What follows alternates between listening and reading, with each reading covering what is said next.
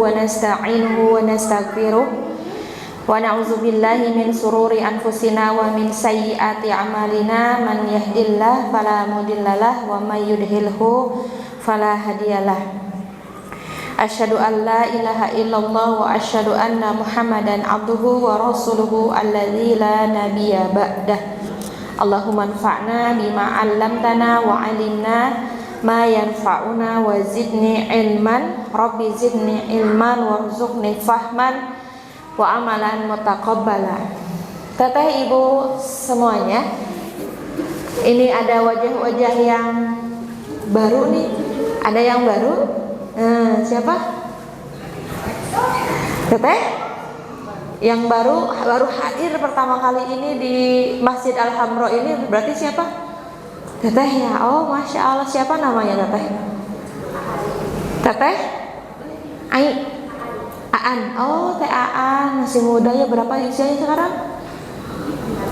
Oh, 14 tahun. Beda 2 tahun ya sayanya. Beda 2 tahun kali 2. Teteh sekarang berarti SMP ya? Oh, masya Allah. Tahu info dari rumah tahfiz ini dari mana teh? Dari teman. Siapa temannya? Ayah. Gimana? Nah, temannya ngawas di sini. Kumaha ini teh? Berarti temannya mah nggak ngawas tapi tetehnya ngawas gitu. Tahu infonya dari sana. Oh, masya Allah ya. Tuh teteh yang nggak ngawas aja ngajak orang ngaji. Ini ibu-ibu, ayo semangat dong. Ajak kanan kirinya temannya, ayo ngawas. Itu teteh ya. Ahlan wa sahlan. Sudah dites belum teteh? Oh belum, nanti dites ya. Sebelumnya sudah pernah tahu info apa dari kita? Nggak pernah tahu apa-apa. Baru hari ini. Mudah-mudahan istiqomah dan betah ya. Walaupun kita semua di sini adalah emak-emak, dulunya mbak-mbak. Ya, dulunya mbak-mbak pasti sangat ramah. Teteh ibu semuanya ingin dapat ilmu ini di sini. Hanya duaan berarti mau dapat ilmu baru setiap harinya. Mau ya. Rasulullah itu berdoa setiap hari itu yang istiqomahnya setiap pagi minta apa coba ibu? Minta ilmu, enggak minta harta. Ya Allah, mudah-mudahan rezeki hari ini lancar. Ya Allah, mudah-mudahan harta hari ini bertambah, banyak yang masuk Islam dan semuanya. Tidak, Bu. Rasulullah setiap paginya berdoa, Allahumma inni as'aluka ilman nafi'an wa rizqan thayyiban wa amalan mutaqabbala. Lihat dahsyatnya doa Rasul ini, karena rezeki itu tidak bisa didapatkan tanpa ilmu yang bermanfaat. Dan apalah arti semua itu kalau tidak diterima oleh Allah Subhanahu wa ta'ala. Maka sebelum kita memulai, pentingnya kembali meluruskan niat. Bukan karena mau di absen, karena teraos kasiangan wae. Nah, tidak. Pentingnya kita meluruskan niat, apalagi di bulan yang istimewa ini. Bulan apa, Bu?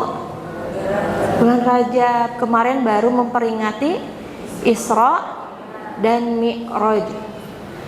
Salah satu perintah yang langsung Allah perintahkan, tapi utusannya yang langsung dipanggil.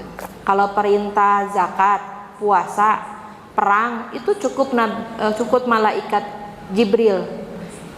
Tapi untuk perintah sholat wajib itu Rasulnya yang langsung diutus, diangkat ke langit. Berarti ada peristiwa penting di balik sholat. Itu ya pesan dari Isra Mi'raj itu. Tapi teteh kalau teteh ingin punya ilmu setiap harinya ilmu baru, Allahumma inni as'aluka ilman nafi'an, apa yang harus teteh lakukan setiap hari? Tuh saya kudu sekolah deui, Emang Rasulullah lulusan Universitas Al-Azhar? Ada, saat itu udah buka universitas. Berarti untuk dapat ilmu baru tidak harus dapat di bangku sekolah saja. Kadang di bangku sekolah lagi waktu dulu kita terdapat nanaon ya. Saya terdapat nanaon asana teh kelak. Pas keluar teh jago fisikan tuh.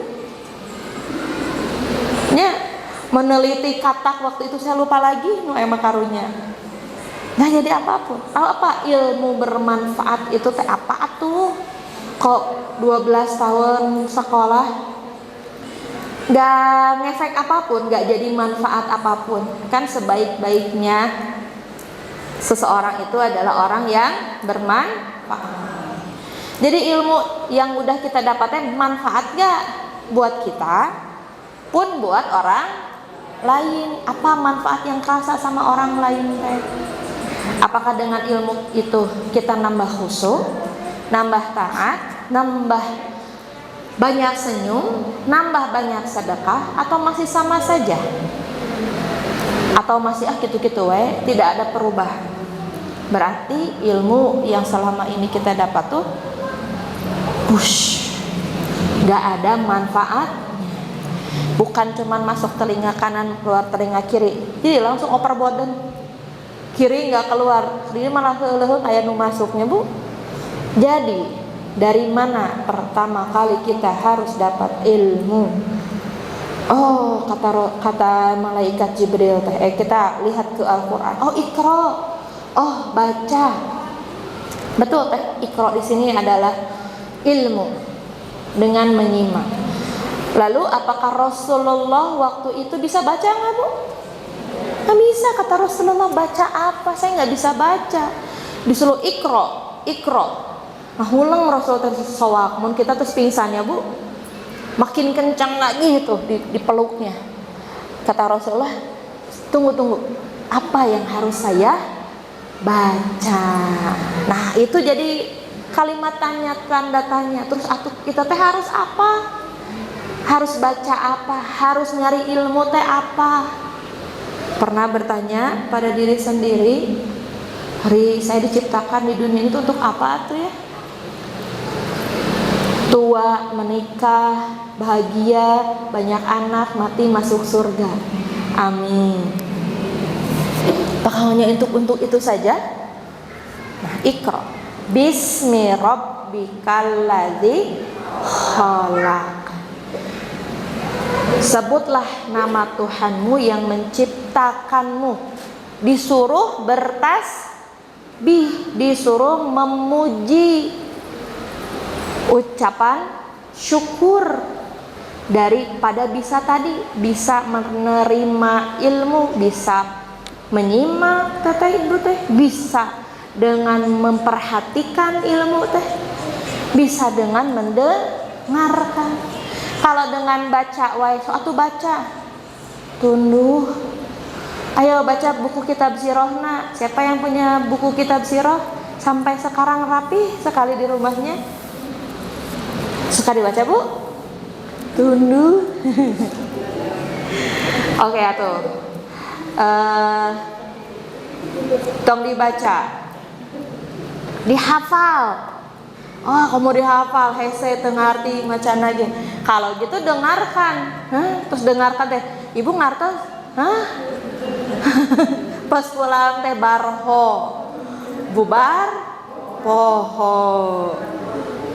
Ya, berarti standar paling rendah dari menuntut ilmu itu yang bisa kita lakukan adalah dengan mendengar, menyimak.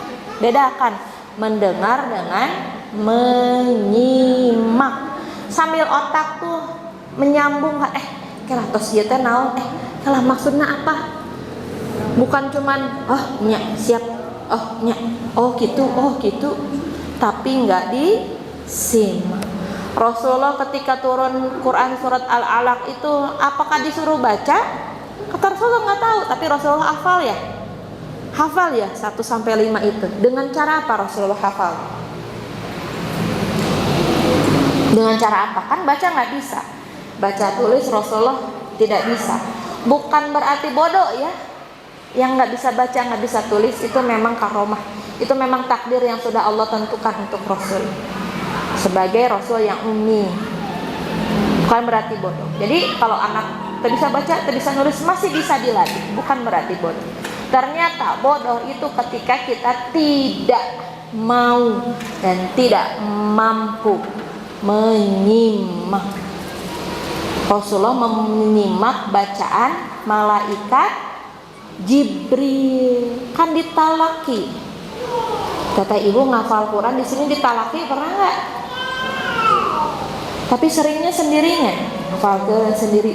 Satu step sudah lebih baik. Dulu mah Rasul ditalakikan dan langsung hafal. Berarti nu paling pintar sah Rasul kita. Ditalakikan sekali baca langsung hafal. Ketika itu turun Quran surat Al-An'am 1 sampai beres Quran surat Al-An'am. Rasulullah yang membacakannya. Cung, siapa yang hafal? Yang hafal cuma ngacung satu orang, Anas bin Malik. Usia yang seperti tadi 14 tahun. Oh ibu, Al-An'am 1 sampai beres bu. Siapa yang sudah hafal? Hafal langsung. Apa yang berarti komponen di tubuhnya apa yang diaktifkan? Betul tidak ya? Nyimaknya pakai mata, pakai telinga, disimpan dulu. Semua keperluan di rumah teh. Kalau perlu makan heula teteh teh ya, jajan heula biar fokus. Tong wareg teuing nya, singgung. Bawa minum boleh minum, boleh. Anu ulah mah botramnya. Sok bawa sambil minum. Menyimak, simak. Kalau tidak paham tanyakan. Jadi yang nanyakan itu bukan yang nggak ngerti, tapi yang berusaha menyimak, disimak. Kita punya waktu beberapa menit di sini, jangan sampai menjadi ilmu yang tak manfaat. Karena ya nggak kita simak, beda kan? Dengarkan dengan disimak beda nggak? Didangukeun gitu. Suami kita tuh dengerin, ngerti tuh, ayah kumaha tuh, nya gitu nggak ngerti, cuman mendengarkan, nggak menyimak. Maka kalau teteh ibu sekarang di sini pengen dapat ilmu baru, simak setiap waktunya, aktifkan hati kita. Kosongkan dulu tuh gelasnya. Semua ingatan-ingatan kita disimpan dulu. Yang di rumahnya alah seseuheun can dijahitan. Alah hujan, areng ke kumaha pulangna banjir. Simpan dulu. Karena itu dari syaitan pasti. Maka kata siapa syaitan itu yang paling banyak itu bukan di WC, bukan di toilet, walaupun rumahnya di sana. Tempat paling banyak syaitan itu di mana bu? Di pasar ya tentu pasti. Ya itu di majelis-majelis ilmu kayak gini. Itu paling banyak syaitannya. Kalau di tempat maksiat, cek setan teh teu kudu diganggu sama da tos balad besti. Ini sekali kita sholat takbiratul ihram bu, satu orang diganggu 40 syaitan. Itu pas sedek-sedek dengan syaitan teh. Ada yang menaburkan dengan bubuknya, bubuk. Ada yang dengan pakunya, kiwe tuh, celai sekeng, segala dicabalkan. Ya. Sama ada saya juga merasakan, dan itu juga pernah disampaikan oleh iblis sendiri itu teh. Karena iblis tuh paling takut kalau kita menuntut ilmu, cenah. Apa yang paling kamu takutkan? Saya paling takut kalau anak Adam sudah mau menuntut ilmu, karena mereka akan bahasana ya, bahasa iblisnya akan menelanjangiku. Cik iblis teh maksudnya menelanjangi teh naon teh? Dibuka semua aib-aib iblis, dibuka semua tipu muslihat iblis, ditelanjangi, maaf. Jadi kelihatan oh modus-modus iblisnya seperti ini. Bukan orang-orang yang paling takuti teh yang gimana ya, ternyata yang pertama kali paling takutkan adalah yang menuntut ilmu. Karena dari menuntut ilmu teteh memperbaiki bacaan, Dari menuntut ilmu teteh mulai rajin sholawat, mulai kenal dengan Nabi, mulai memperbaiki hubungan dengan pasangan, mulai memperbaiki bagaimana caranya mengasuh anak. Dari mana mulainya? Dari menuntut ilmu. Paling sieun syaitan. Maka ayo kita perangi syaitan dengan rajin nuntut. Kata Allah, gak usah dilawan syaitan. Iblis, syaitan itu bukan lawan kita. Kita mah disuruhnya berlindung. Ada hadis yang mengatakan lawanlah syaitan, lawanlah iblis. Ada teh. Tapi berlindunglah kepada Allah. Lamun sudah ada astagfirullah, a'udzubillahi minasyaitonir rajim. Ada satu doa mustajab nih, apalagi di sore hari ini pas hujannya. Itu akan melindungi kita dari sore sampai pagi lagi. A'udzu bikalimatillahi tammati min syarri ma khalaq. Dalam kata lagi sieun takut. Lagi nonton terdistraksi itu doa. A'udzu bikalimatillahi tammati min syarri ma khalaq. Lagi nyimak kajian anu hiji teh gigi tekan A'udzu bikalimatillahi tammati min syarri ma khalaq. Itu gangguan dari syaitan. Ya, pengen dapat ilmu semuanya, apalagi kita sedang membahas sejarah manusia terbaik sepanjang masa, yaitu Nabi Muhammad sallallahu alaihi wasallam. Ketika Rasulullah sedang perjalanan ke Tabuk ya Bu, ke arah mau ke Syam, ke Roma, ke sana. Romawi dulu namanya Bizantium. Itu kalau teteh umroh ada panah yang Tabuk. Wah, penasaran tuh itu apa? Ada apa di sana yang mau arah ke bumi Syam? Syam itu apa aja Bu? Daerahnya, negerinya. Dulu namanya Syam ya. Kalau sekarang mah 4 negara itu teh. Negara apa aja Bu? Palestina, Suriah, Lebanon, sama satu lagi Jordan. 4 negara itu jadi satu wilayah namanya bumi Syam, di mana malaikat mengepakkan sayapnya di sana. Kalau di bumi Syam sudah tidak ada lagi keimanan, maka tidak akan ada lagi kebaikan di seluruh dunia. Mantap, pantas ya yang sekarang paling banyak ujiannya justru di bumi Syam, karena malaikat mengepakkan sayapnya di sana. Maju mau ke arah sana. Berapa orang yang Rasulullah bawa? 30.000. Tapi ternyata yang sudah menunggu berapa?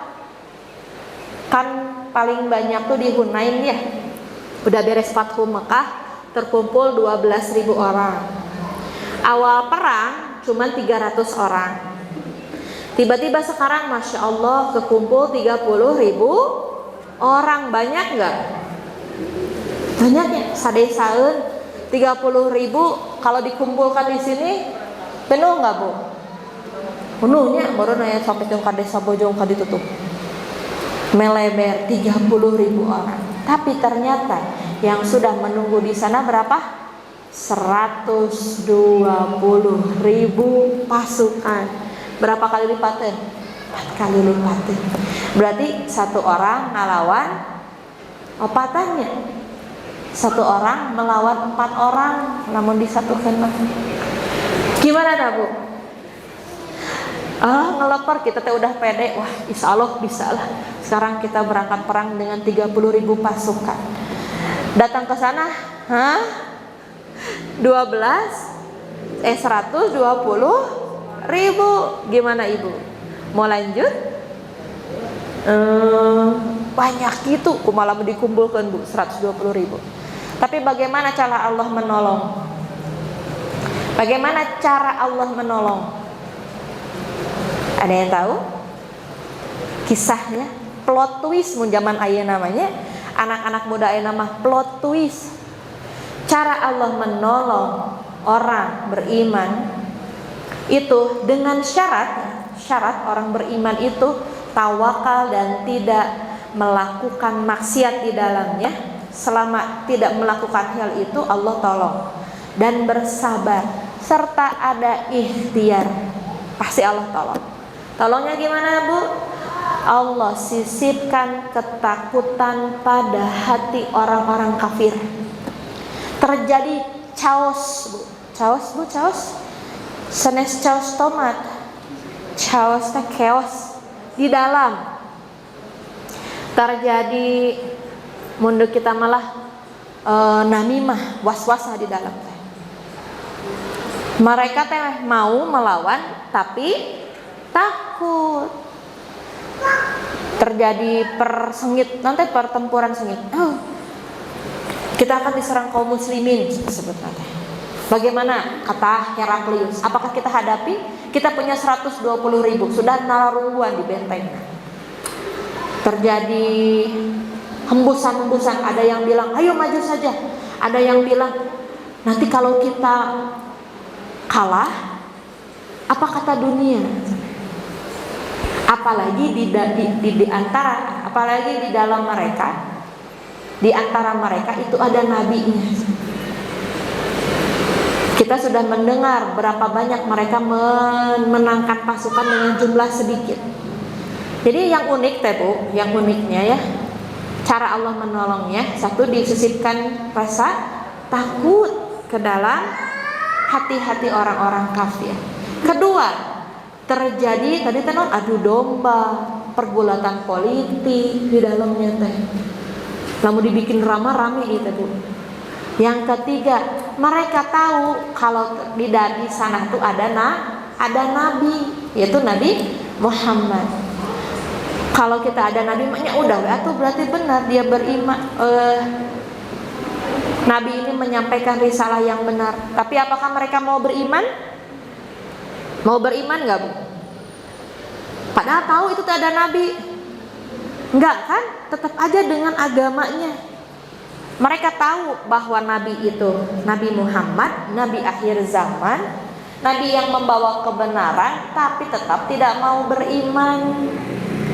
Itu teh namanya kaum kafir teh. Tertutup, kafir teh dari kata tertutup. Cover, tahu cover Bu? Nih cover, sampul penutupnya, yang ditutup hatinya.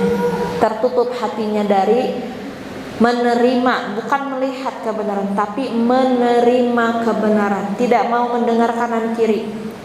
Pokoknya masih atas salah, itu harus dibasmi. Nah, kita hikmahnya dari perang Tabuk ini, mungkin ada yang dapat masalah banyaknya Bu ya. Seur sekali Bu ya. Tapi apakah Allah menolong dengan cara kita supaya dimenangkan?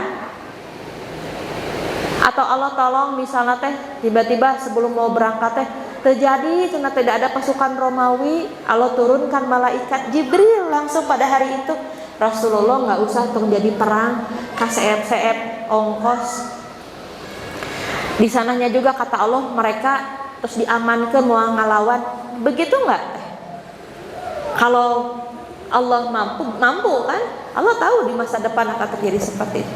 Tapi apa yang terjadi? Allah buat dulu kita melalui hal yang tadi. Allah buat dulu kaum muslimin ini saling membantu. Terjadi fundraising kan? Terjadi pergulatan dengan orang-orang munafik. Nah, jadi nggak langsung ditolong harita. Biar tahu dulu sejauh mana kita mau berusaha. Kalau mau nolong udah dari awal, bukan nggak mau nolong Allah. Dari awal udah langsung terjadi cek malaikat Jibril teh. Tong jadi perang Rasulullah udah beres bisa nggak? Terus kita lagi dapat masalah, alhamdulillah terjadi.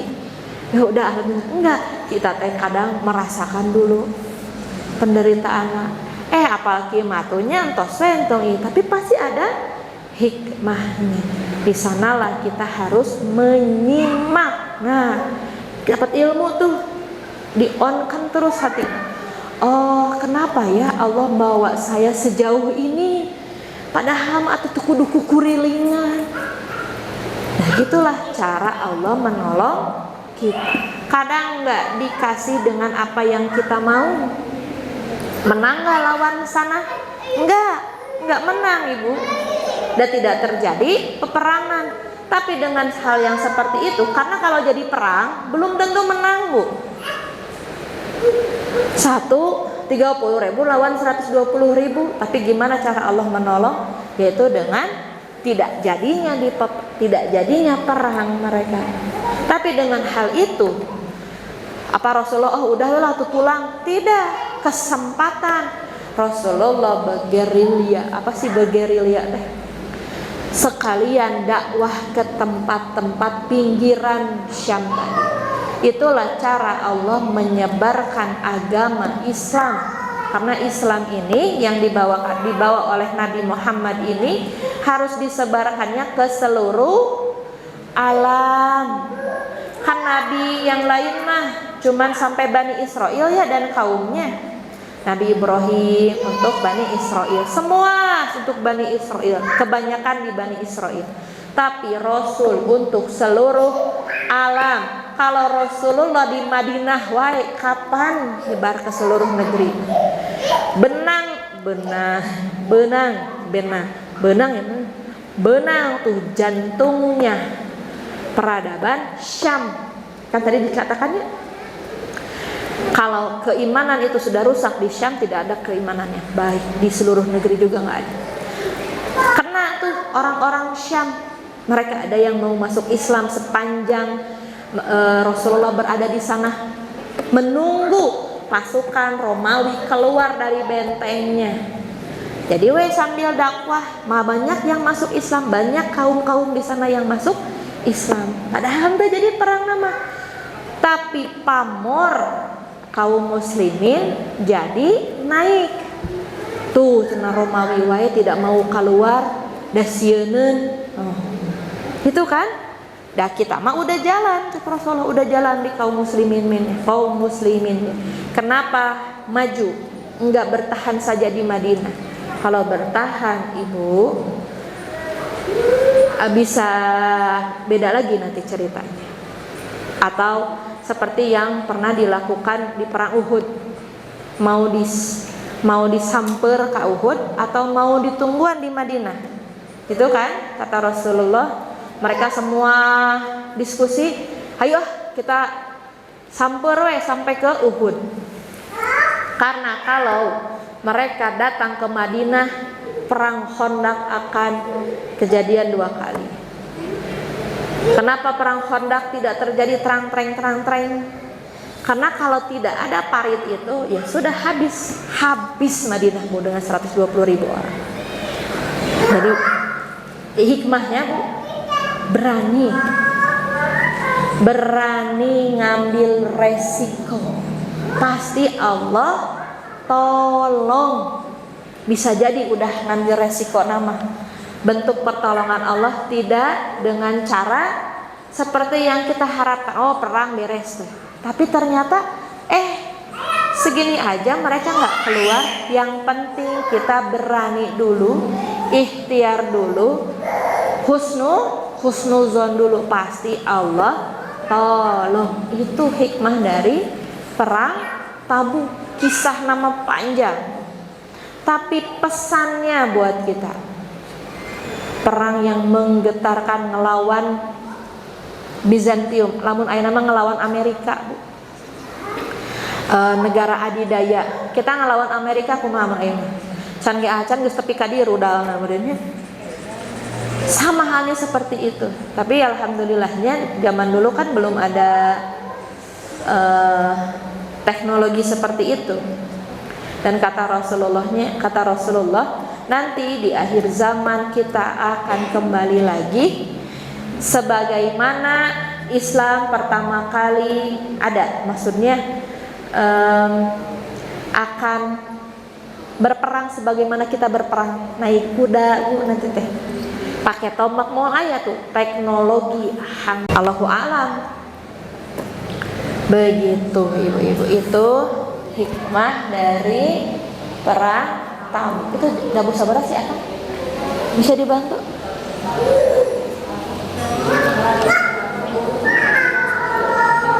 Itu tinggal 5 jam setengah 5 langkung.